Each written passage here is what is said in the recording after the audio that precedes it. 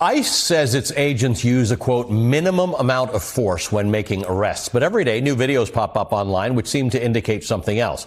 Personally, my social media feed now is just a stream of brutal ICE interactions. Agents caught on video being both verbally and physically aggressive with the people they're detaining and with bystanders, all while many of them hide behind masks and plain clothes.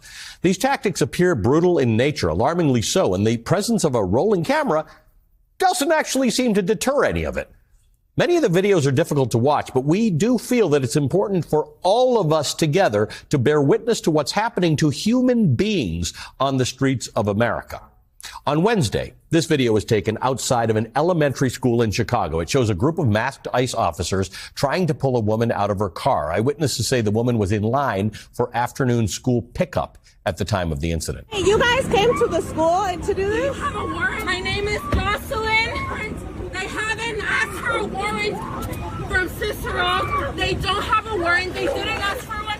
They forcefully opened the door of the truck. It was locked. Back, please. You're being arrested for Yeah, but you got You're going to record this. Don't get any closer from me, all right? Like, cool? You said Tackled him. You can hear the man screaming, "Ayuda, help me," during the struggle. And an agent dropped his handgun and then appears to point it at bystanders. Ayúdame! They're trying to kill you! Ayúdame!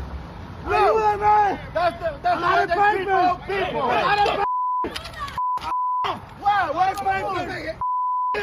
What, you trying to kill me? American! American! Put the gun down. Why you trying to kill me? Put the gun down. Why you shooting at me? Put the gun down. Why you trying to shoot at me? The Department of Homeland Security says the man being arrested in the video was resisting. On Friday in Chicago, a journalist by the name of Debbie Brockman was forced to the ground and cuffed by 3 big federal agents while she was out reporting. Watch this. What's your name? Debbie Brockman, I work for WGN. Please let them know. I got you. Yep. Debbie Browning? Brockman, WGN. You guys want to share your names too, or I'm just going to cover your face? DHS says Brockman was arrested for allegedly assaulting a federal agent. WGN TV, Brockman's employer, says she was not charged with any crimes and was ultimately released. ICE has responded to criticism about its operation, saying, quote, anyone who actively obstructs law enforcement in the performance of their sworn duties, including U.S. citizens, will, of course, face consequences which include arrest, end quote. All this is happening in America, whether you open your eyes to it or not. Joining me now is Radley Balko, longtime journalist and author with a focus on criminal justice and civil liberties. Balko's the author of The Watch on Substack and the book Rise of the Warrior Cop, the Militarization of America's Police Forces. Hey, Radley, I don't even know what the question is. Like, I just don't know. I've been watching these videos and they strike me as remarkable. In almost no instance, and I don't know whether people are doing illegal things or legal things. I don't know what degree they are resisting arrest. But the amount of violence in this is remarkable. Shooting the priest in the head and the 6 guys on one small person. I don't know what's going on here. Yeah, I mean, I think what we're watching is cited or referred to as the kind of key principles and pillars that we've always, the key principles that make us a free society, that differentiate us from authoritarian states. We're watching those pillars topple really with astonishing speed. I mean, one of the founding principles of this country, I mean, it's the reason why we have the Third and Fourth and Second Amendments, is the idea that we don't deploy the military for routine domestic policing. Like, this is something that's only done in the rarest of circumstances. Trump's doing it on a whim, right? He's wants to do in Portland because he saw some 5-year-old footage, on cable news.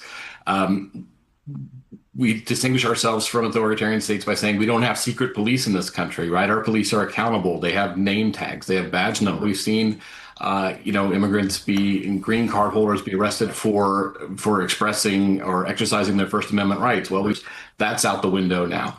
The idea that we don't arrest or punish people declaring Antifa a terrorist organization, which you gave me a great lead up in terms of how that is completely ridiculous.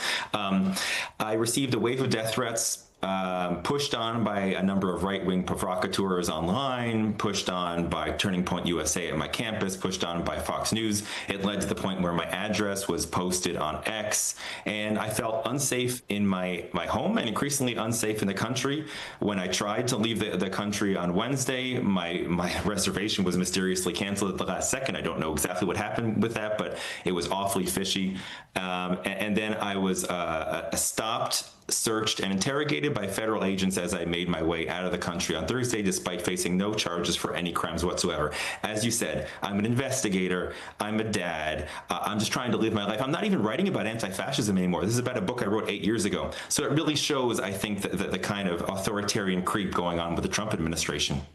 Given your expertise, Professor, can you tell us what Antifa is, what it's not? I mean, where did it originate from? Why has this become the obsession of the right? And honestly, in a very kind of simple way, why is it bad to be anti-fascist? Why is that now being used as a label? In some ways, don't we all want to be opposed to fascism? Yes, of course. Anti-fascist is good. As far as your specific question, Antifa is, yes, of course. Fascism is bad. Being anti is originally an abbreviation from Germany that goes back to the early 20th century opposition to Hitler. Antifa is a loose term for anti-fascist. People now, they are free citizens living in a free country. A country that took hundreds of years to build and improve. They have to right to record ICE officers and 7 to peacefully question them. They also have the right to protest, to stand outside detention centers and to call out what they believe are serious injustice. The fact that they continue to do these things even when facing pressure and threats shows the Americans will not be easily intimidated. It's similar to the what happened last week when a delivery cyclist in Chicago evaded ICE officer. Avoided ICE officers. Jacob Sabrov from MSNBC talked about this, showing pastors and clergy saying to Donald Trump, "We don't want to hear. You are the real emergency. Your attack on human dignity is the crisis." It's not surprising that many Christian leaders are standing up against the worst parts of Trumpism, whether it's local pastors or even Pope Francis, not Leo. They spoken out against Trump immigration policies, his figuracy on issues like being pro-life, will, sporting violence, and the death penalty, and his attacks on workers' rights. This shows that people should not be placed into the simple political boxes. Both Republicans and some Democrats assume all Christians support the Republican Party, but that's not true. Many Christians, especially clergy, are actually more progressive on economic and social issues, closer to politicians like Bernie Sanders or AOC than to moderate Democrats.